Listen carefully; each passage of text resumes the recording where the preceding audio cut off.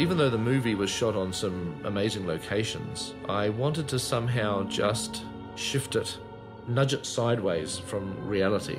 New Zealand has got all this amazing landscape, which we obviously use to maximum effect, but nonetheless, it's still New Zealand. It's still a real country, a real landscape, and I wanted just to nudge it slightly into Middle Earth, which is an ancient world of 7,000 or 8,000 years ago, a world of myth and legend. And we had the incredible opportunity, certainly the first time that I've ever been able to do it in my life, of being able to do a digital colour grade. Well, digital grading is basically taking, once you've filmed a negative and you have a negative image, you then scan it on a machine, on a scanning machine, into a digital format, which means you can now put it on a monitor and you can manipulate the image with a huge variety of tools.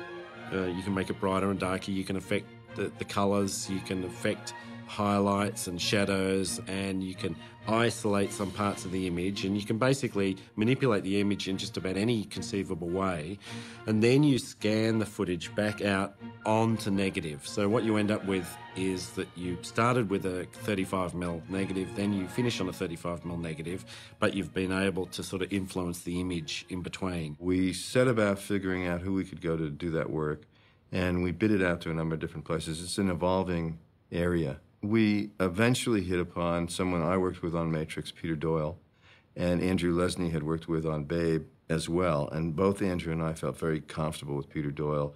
And I knew Peter Doyle throughout Matrix always said to me, we should digitally grade this whole movie. The push for digital grading was twofold. One is straight up pragmatism. It's multiple cameras across many months of shooting with quite unpredictable weather. And so you would have a situation where it is a dialogue scene and you would be intercutting between 3 or 4 cameras spread across a period of like 6 months. So digital was a tool that could basically just bring consistency to that, and to help take a little bit of the pressure off being able to shoot without a filter and get another half hour of daylight at the end, knowing that digital can just kind of pull it back in, knowing that it's a handheld shot and the focus just didn't quite get there. The actor just moved the mark slightly different, and it's a fast shoot, and that's the performance that has to be used to just know that we can get in there and just sharpen just that little bit, just all sorts of like little just technical things that just enhance and just help, you know, the process. We ultimately did about, 70% of the fellowship went through a computer. Not just talking about the special effects shots, I'm talking about just shots of actors, drama shots actually got scanned and put into a computer and manipulated slightly. The elven characters benefited enormously, that when we had shots of, for instance, of Galadriel, we were able to make her skin this pearlescent kind of gleam, as if she had some radiance sort of coming from within her. The idea was to obviously get the look of the film to have this kind of storybook look to it. And this is one of the things that Peter Jackson would always kind of impress upon the post-grader, was that he would literally sit there with watercolors and say, this is what I want it to look like. It was one of Alan Lee's watercolors. So, for instance, in the scenes in Mordor in the prologue, we wanted to make them feel like they were antique, that they were antiquated. Not sepia-toned or that silent movie kind of look, but something that felt ancient. So we were able to treat the colours in a different way. And then in Hobbiton, we wanted to feel warmth and green. We wanted Hobbiton to feel like, the perfect picture postcard. So we got the classic reveal of Hobbiton. We didn't set out to do that much to the shot. Even though it's Hobbiton, you would expect that you would actually want to add green. But what we've found to give a really warm kind of feel to it is we in fact take green out. A little bit of magenta tends to permeate in, which then sends some of the greys slightly magenta, as you can just see coming in there. And then what we do is take those magentas and then sort of swing it into a gold world. And as you can see, it starts to put more of a spread into the grass. You can just see the different sort of layers happening there, and gives that kind of the warm feel that is sort of Hobbiton.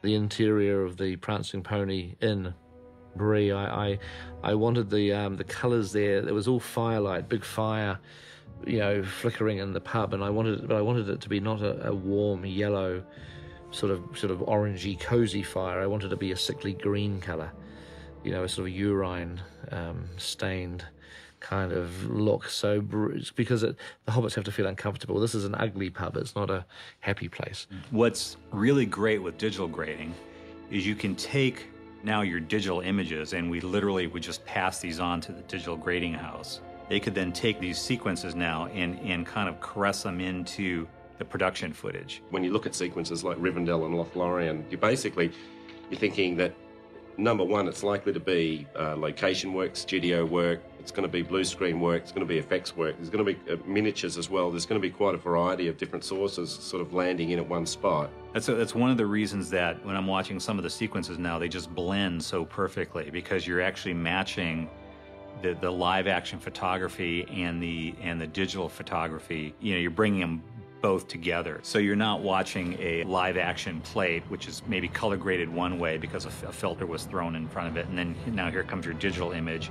And so even though they're the same color, they might kind of pop out a bit from each other in the old lab process. The look for Moria is very distinctive because it is very monochromatic. What we did is we basically made a decision that because we were entering a civilization that was dead, we would literally visually interpret that as saying that we are sucking the life out of the colour palette of the film. Once the entire sequences came together, we would extract colour out of the whole thing, which we did digitally. So when they first go into the mines, we still have the full colour palette, but what we did is we desaturated the colour very heavily so that a lot of the art direction, which is already fairly monochromatic, would virtually go completely black and white.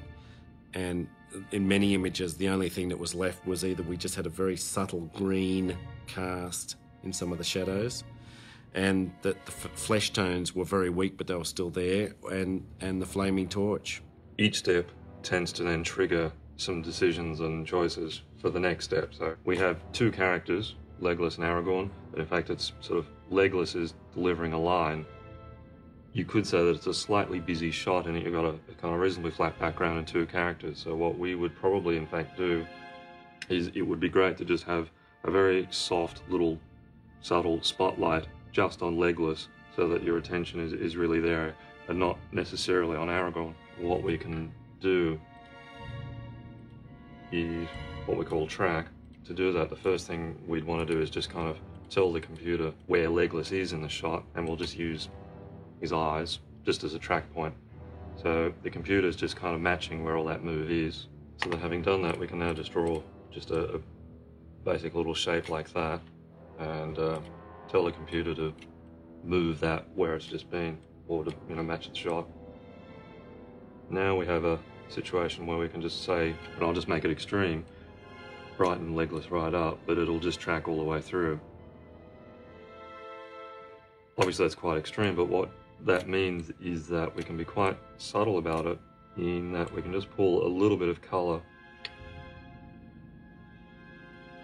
It's still keeping enough of the fire light happening on Aragorn, but it means that we can now sort of emulate as if he's walking into the light a little bit, in terms of have Legolas a little bit dark at the entrance of the shot so that your attention is really on Aragorn, and as Legolas moves into the shot, sort of have him move into a light, and therefore then shift attention as the line is given.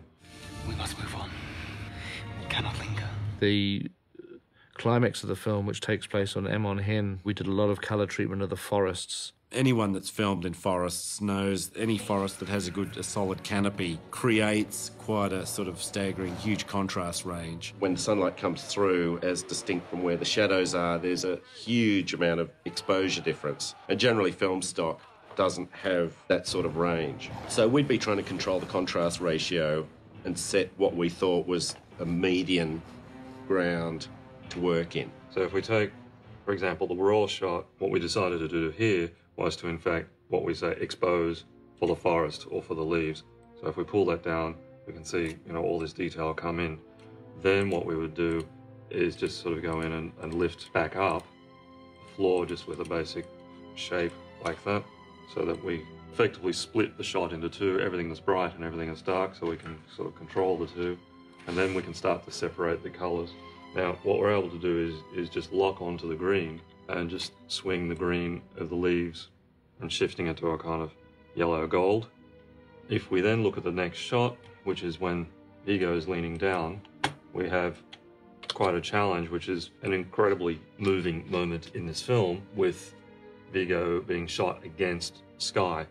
So what we want to do is balance for Vigo's face and get in and really separate that foreground, which we can do by selecting anything that's bright, for example here, pulling that down and then swinging the green of that around so that it's definitely sort of autumnal and golden hour, and really just play with the exposure.